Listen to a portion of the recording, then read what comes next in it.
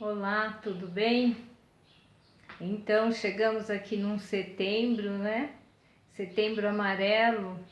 É o setembro que o mês que o Ministério da Saúde separou para poder lembrar das pessoas que cometem o suicídio ou que pensam em cometer o suicídio ou que tentaram cometer o suicídio.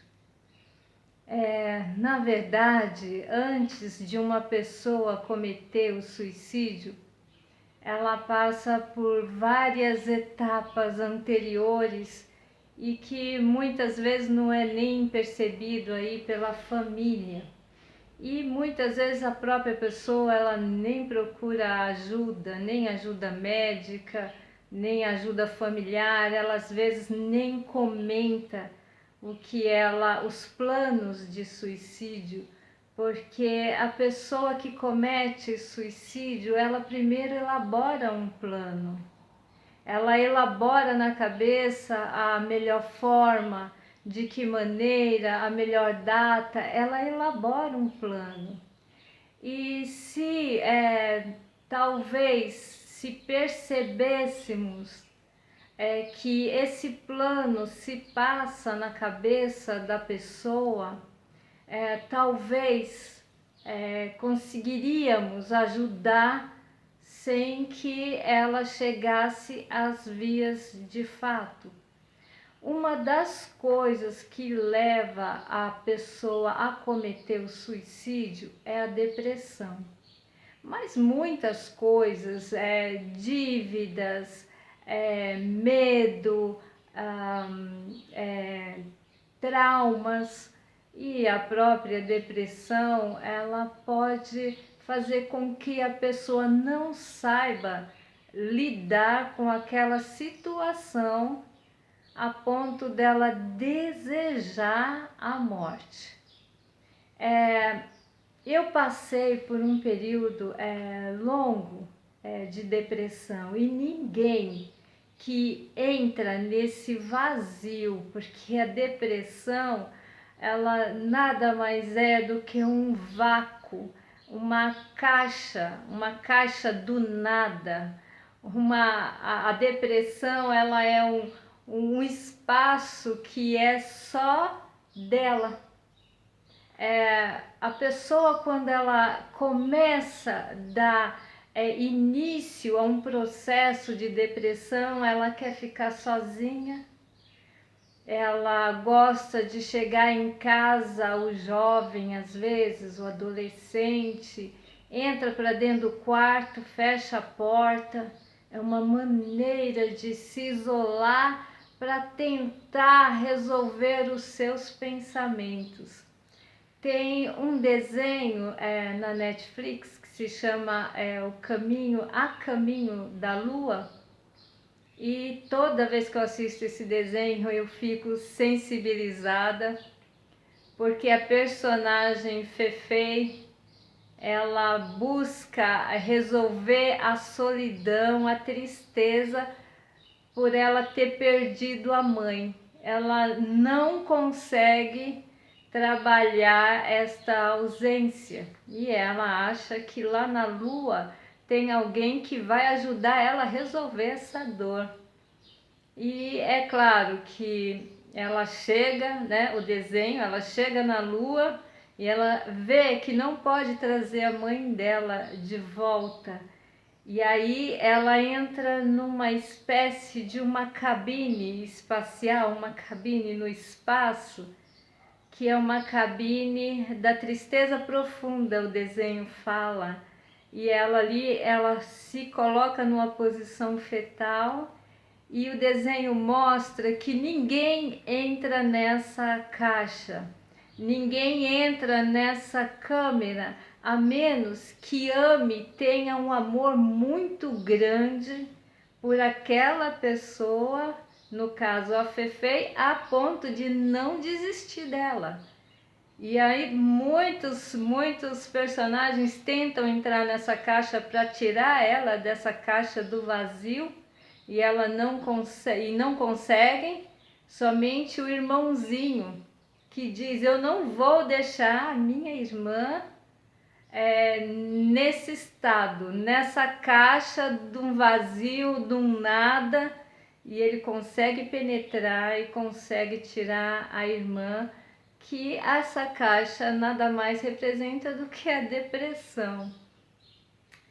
E na história bíblica tem um personagem que é um profeta, e ele é um dos profetas maiores da história de Israel, da história do cristianismo, que é o profeta Elias.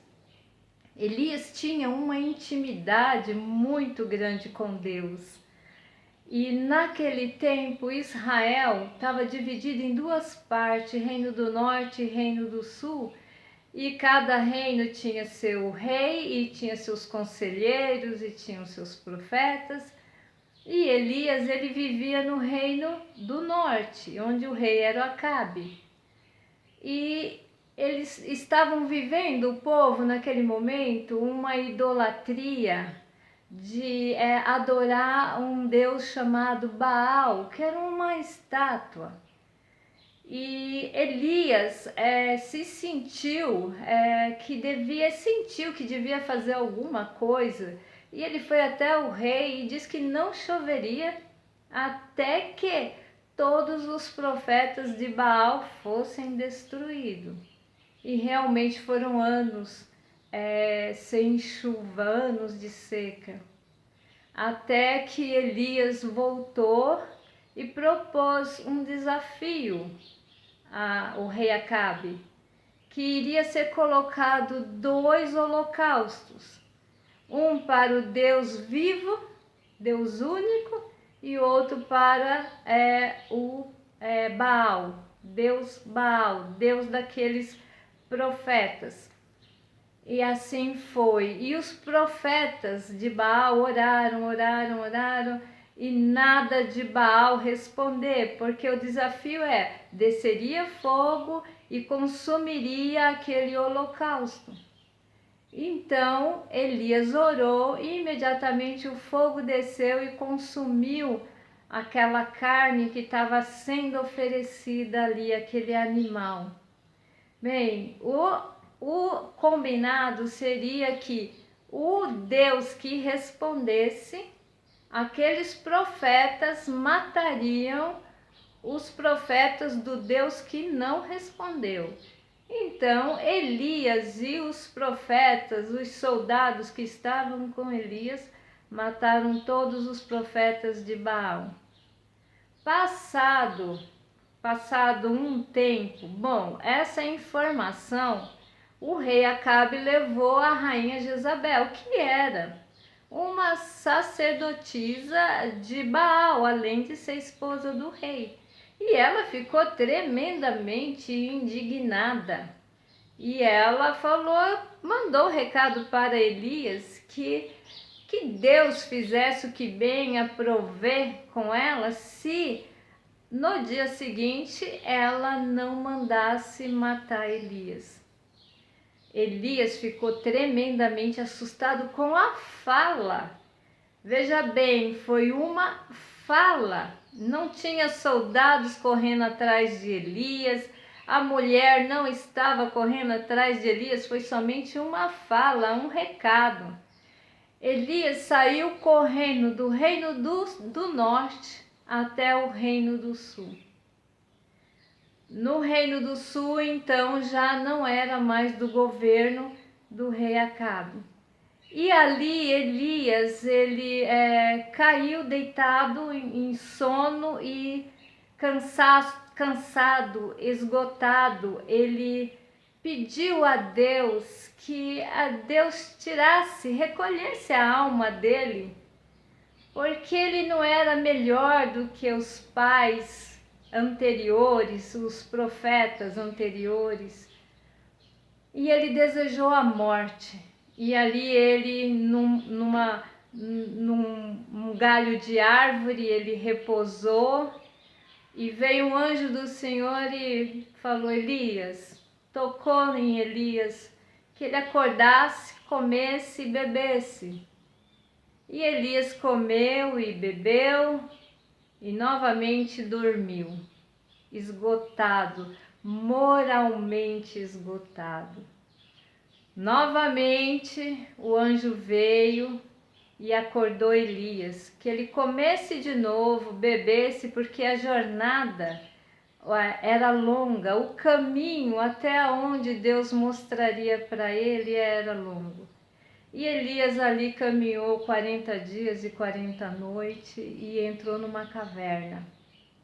Veja bem, ele entrou numa caverna e nessa caverna a única coisa que ele queria era a morte.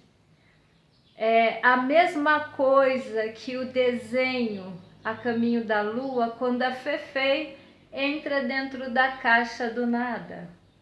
É a mesma coisa quando seu filho, a sua filha, você, sua esposa, seu marido, entra dentro do quarto e fecha a porta, quer ficar no quarto escuro. São sinais que a pessoa está dando, transmitindo de que algo não está bem. Bem, como é que pode um profeta valente, forte, destemido, que tinha uma intimidade com Deus, de repente se colocar numa situação daquela? A depressão, na verdade, ela pode pegar qualquer pessoa.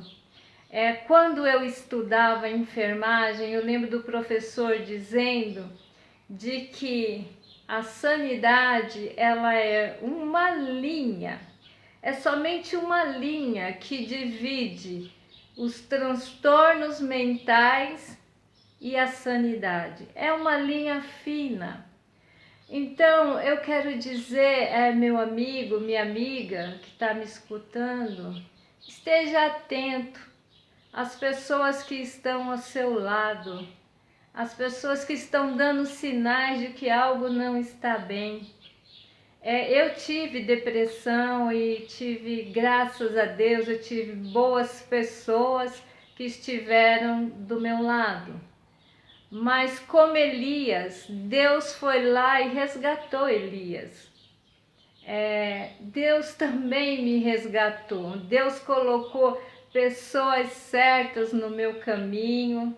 Deus colocou medicamento certo, médico certo, mas acima de tudo, Deus me deu a oportunidade, a graça, a bênção de ter uma intimidade com Ele.